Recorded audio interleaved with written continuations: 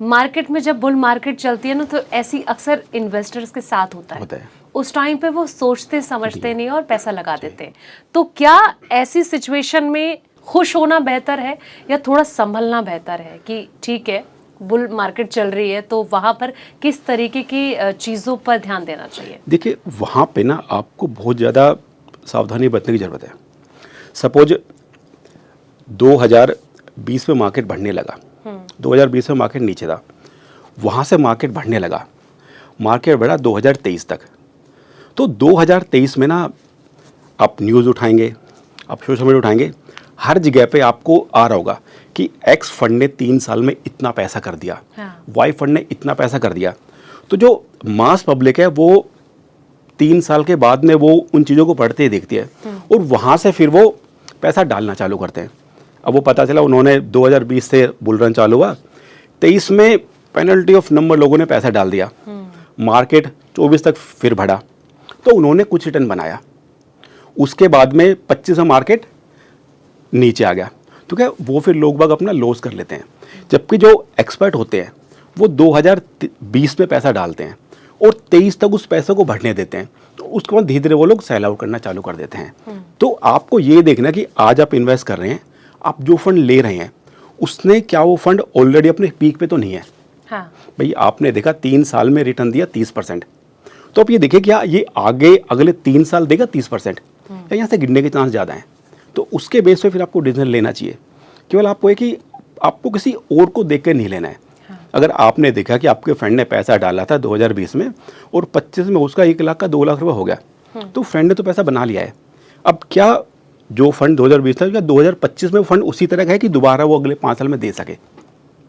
तो आपको 2025 में वो फंड ढूंढना है जो आज से अगले 5 साल में अच्छा करके देगा। तो मतलब बैकग्राउंड की जो हिस्ट्री होती है वो देखना भी कितना इंपॉर्टेंट हो जाता है? बिल्कुल इंपॉर्टेंट है।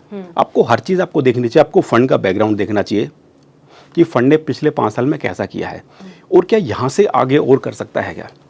बहुत बार होता है क्या कि हमारे यहाँ पे साइकिल चलती है कि पता चला कि अगर हम थोड़ा इन द पास जाएं तो इंडियन गवर्नमेंट ने हल्का फुल्का सा डिफेंस के ऊपर बोलना चालू किया। हाँ।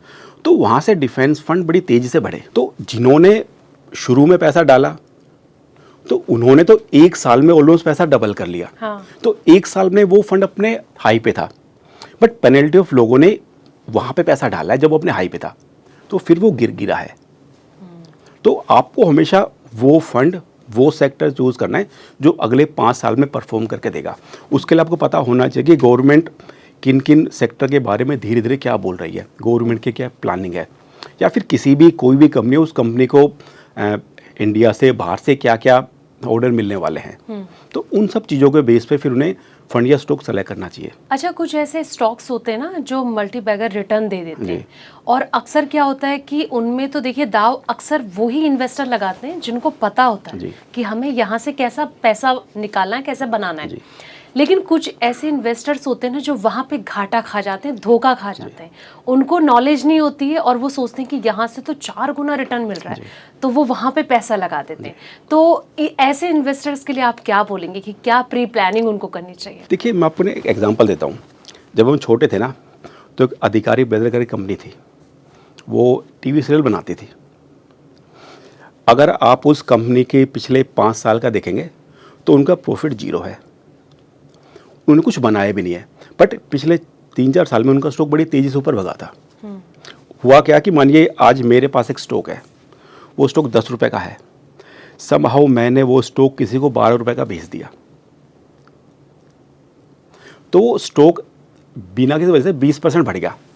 अब क्या मार्केट में लोग अधिकतर 10 का या 12 का हो गया, फिर कोई तीसरा बंदा उस 12 वाले को 15 पे ले लेगा, कोई 17 पे ले लेगा, तो एक बब्बल सा बनता चला जाता है। और जो सबसे लास्ट पे बंदा लेता है ना वो फिर वहाँ पे जाके फंस जाता है, वो पूरी वैल्यू उसकी 0 हो जाती है। तो सबसे पहले तो हमें ना कुछ भी हम स्टॉक ले तो हमें उसका बैकग्राउंड चेक करना है कि कंपनी है उसके 5 साल की बैलेंस शीट कैसी है, उस कंपनी ने 5 साल में कहाँ का इन्वेस्ट किया है, उसके प्रोजेक्ट किस तरीके के हैं। फिर कंपनी की मैनेजमेंट बड़ा इंपॉर्टेंट होती है कि जो प्रमोटर है वो बड़ा इंपॉर्टेंट है। बहुत से केस में ये होता है कि मार्केट में कोई स्टॉक है, प्रमोटर अपना शेयर धीरे धीरे बेच रहे हैं और आम पब्लिक खरीद रही है, बहुत से केस में होता है कि प्रमोटर अपना शेयर वापस खरीदते हैं, इट मीन्स प्रमोटर को उस कमरे में पूरा भरोसा है तभी वापस खरीद रहे हैं। तो आपको छोटी छोटी चीज़ें होती हैं, ये आपको देखनी है, और ये चीज़ देखने के बाद में आपको फंड या कोई स्टॉक सेलेक्ट करना है अपने लिए, तो वो आइडियल रहता है। जिस तरीके से जब कोई इन्वेस्टर जो होता है ना, स्टॉक खरीदने के टाइम पे, लेने के टाइम पे ना बहुत रिसर्च भी करता है, उसके बारे में जानता है कि अगर उसे अपनी जेब से पैसा निकालना है तो वो छानबीन करता है। हमें भी अगर कोई ड्रेस लेनी है तो हम 100 जगह घूमेंगे कि हमें कौन सी चीज़ पसंद आ रही है। लेकिन जब वो सेलिंग करता है ना, तब वो कहते हैं ना, पैनिक मोड में आके, घबराहट में आके वो बेच देता है।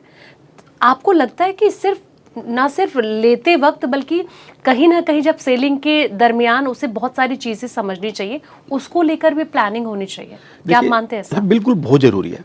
देखिए, अगर आपने स्टॉक लिया है और स्टॉक ने अच्छा परफॉर्म किया है, 3 साल में 5 साल में स्टॉक ने आपको अच्छा पैसा बना के दे दिया, तो अब आपको एज एक्सपर्ट पता है कि ये स्टॉक जिस सेगमेंट का है, इस सेगमेंट ने पिछले 3 साल 5 साल में बहुत अच्छा किया है। अब यहाँ से सेगमेंट के अच्छा करने के चांस कम है। उसके लिए गवर्नमेंट रेगुलेशन हो सकती है, कोई भी एक्सपोजर, कोई भी रीजन हो सकता है, नए प्लेयर की एंट्री हो सकती है मार्केट में, तो वहाँ पे लोग बाग देखिए प्रॉफिट बना के बेच देते हैं। हाँ। अब यहाँ पे जिन लोगों ने थोड़ा देर से खरीदा है, फर्स्ट वो लोग बाग है जिन्होंने इंस्पायर हुए किसी और का रिटर्न देके, क्योंकि वहाँ पे क्या कि आपने स्टॉक लिया है हाई पे, और आपके हाई के लेने के बाद में स्टॉक अब गिर रहा है, तो अब आपको क्या करना चाहिए, आपको स्टॉक को बेचना नहीं है। जैसे जैसे स्टॉक गिरे सस्ता, आप उसमें थोड़ा थोड़ा और परचेज करिए। भाई, आप किसी स्टॉक के ऊपर उठने का फायदा नहीं उठा पाए, किसने फायदा उठाया? जिसने स्टॉक को नीचे तक तब खरीदा। तो आप गिरने के टाइम पे अब आप गिरने का फायदा उठाइए, आप उस स्टॉक में थोड़ा थोड़ा और इन्वेस्ट करिए, ताकि जो आपकी एवरेज परचेज कॉस्ट है वो आपकी मिनिमम हो जाए। और आपने पता चला कि कोई स्टॉक आपने किसी बंदे ने 100 रुपये पे खरीदा और उसने 500 पे बेच दिया, आपने 500 पे खरीदना चालू किया, तो वो स्टॉक दोबारा से 500 से 100 पे आएगा। तो 500 से 100 तक थोड़ा थोड़ा खरीदते रहिए, फिर जब वो स्टॉक दोबारा 500 पे जाएगा तो फिर आप पैसा बना लेंगे। तो इसमें थोड़ा लंबा टाइम लगेगा, बट आप रिटर्न फिर से बना लेंगे और आप अच्छी रिटर्न बना लेंगे। तो आपको प्लानिंग करनी है, और देन इंपॉर्टेंट है टाइम।